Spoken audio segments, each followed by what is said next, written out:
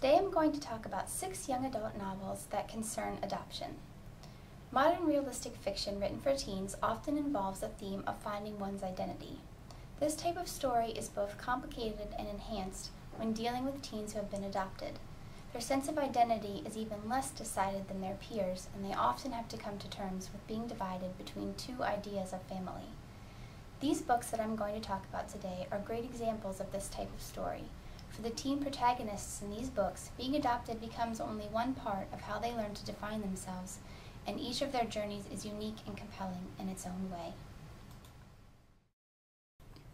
The first book is called Finding Miracles by Julia Alvarez. Millie wants the world to see her like everyone else, a typical 9th grade girl from a typical family. She doesn't want anyone to know about her adoption, preferring to never talk about it, even with her family, and to keep it a secret from all but her best friend. Most of all, she wants to forget it herself. She does not want to feel different. Then she meets Pablo, a refugee from her birth country, who immediately tries to connect with her. She avoids him for as long as she can, but as she begins to get to know him and his family, she begins to think more about her birth country and her birth family. As she confronts her adoption and gradually becomes more comfortable with it, she struggles with the feelings her family imposes on her and feels guilty about hurting them. While she is gaining strength from acknowledging her past, her family seems to be weakened by it. Even with her worries about her adopted family, Millie decides to go back to her birth country with Pablo and his family. She is unsure of what she will find there, what she will feel about her native land. Will she learn anything more about her birth family? Will she finally find a place where she truly fits in? Will she be able to make peace with her past and present and discover her identity? The second book is titled Invisible Threads, and it is written by Annie and Maria Dalton, who are mother and daughter. This book tells the 2 stories of Naomi, a teenage mother who gives up her baby for adoption, and Carrie Ann, the baby she gave up. Naomi grows up with a single mother who focuses only on herself and is unwilling or unable to give the unconditional love and support that Naomi needs from her. Naomi learns to shut herself off emotionally from the world, which fills her with a need for human connection. This loneliness leads her to make a mistake that changes her life forever. Carrie Ann has just turned 16, and knowledgeable of the fact that she has made it past the age her birth mother was when she was born, feels a different kind of need, one that pulls her to go and meet her birth mother. She flaunts a typical teenage attitude with her adopted mother, trying to push her away in order to force her to prove that she loves her. Her mother, feeling that Carrie Ann is not ready, doesn't want her to go, but in the end she does not stop her. When Carrie Ann sets out to meet her birth mother, she takes a group of friends with her, all of whom have their own problems and insecurities. Carrie Ann does not realize how her life looks to them, and she gradually starts to see how lucky she is to have a family who loves her. As she waits for a call back from her birth mother, she realizes the pattern in her life of walking away just when she is about to get what she wants. Will she do the same this time? Is she ready to meet her birth mother, and will it give her what she has been looking for? This next book is called The King of Slippery Falls, and it is written by Hite. Lewis Hinton has been thinking about who he is seriously for about a year, ever since learning on his 15th birthday that he was adopted. On his 16th birthday, he learns more about how his mother gave him to his parents, her mysterious accent, and the letter she wrote for him to have when he became a young man.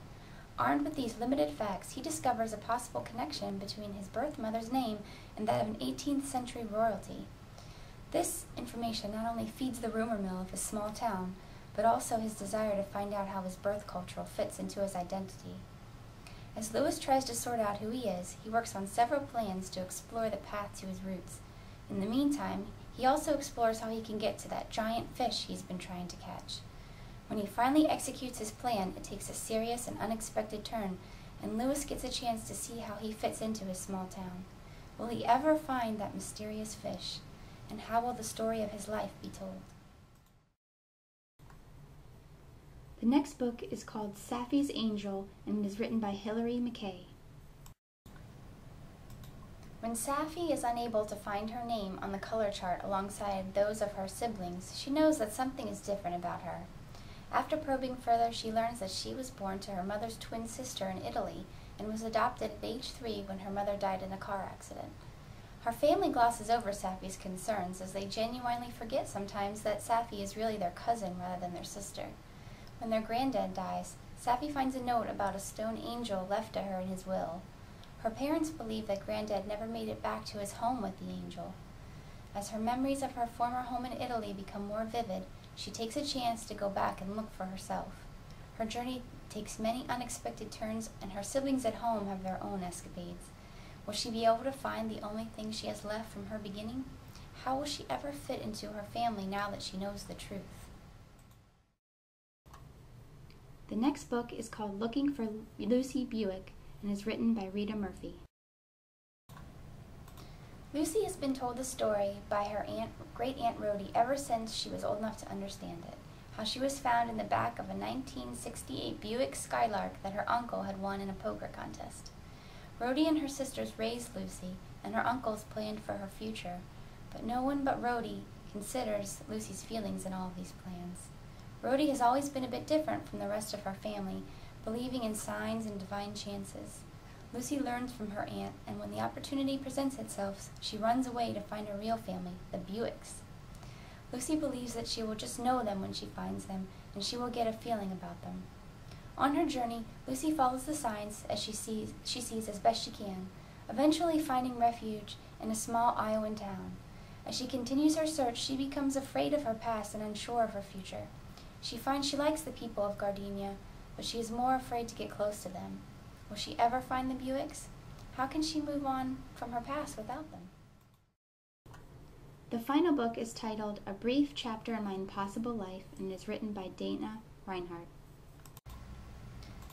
Simone has always known that she was adopted, but she never felt interested in her birth family or how her adoption came to be. When her parents suddenly tell her that her birth mother Rivka wants to meet her, she insists that she does not have any desire to meet her, and she is perfectly content knowing nothing about her past. The more her parents insist, though, the more difficult it becomes for Simone to fight the feelings of curiosity that are coming to the surface. When she talks to a friend who is also adopted, but has no chance of ever finding out more about his birth family, she realizes that she has an opportunity that many wish they had. After learning the extraordinary circumstances that led to her adoption from her parents, Simone becomes even more eager to meet her birth mother.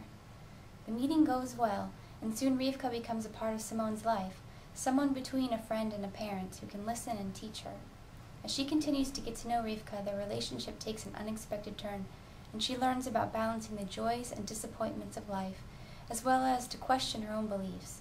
Will her experiences in love and life finally allow her to find her place in the world? Will she finally feel that her family tree is no longer bare? I hope you've enjoyed learning more about these books. I certainly enjoyed reading them, and I hope you get a chance to read them yourself sometime. Thanks!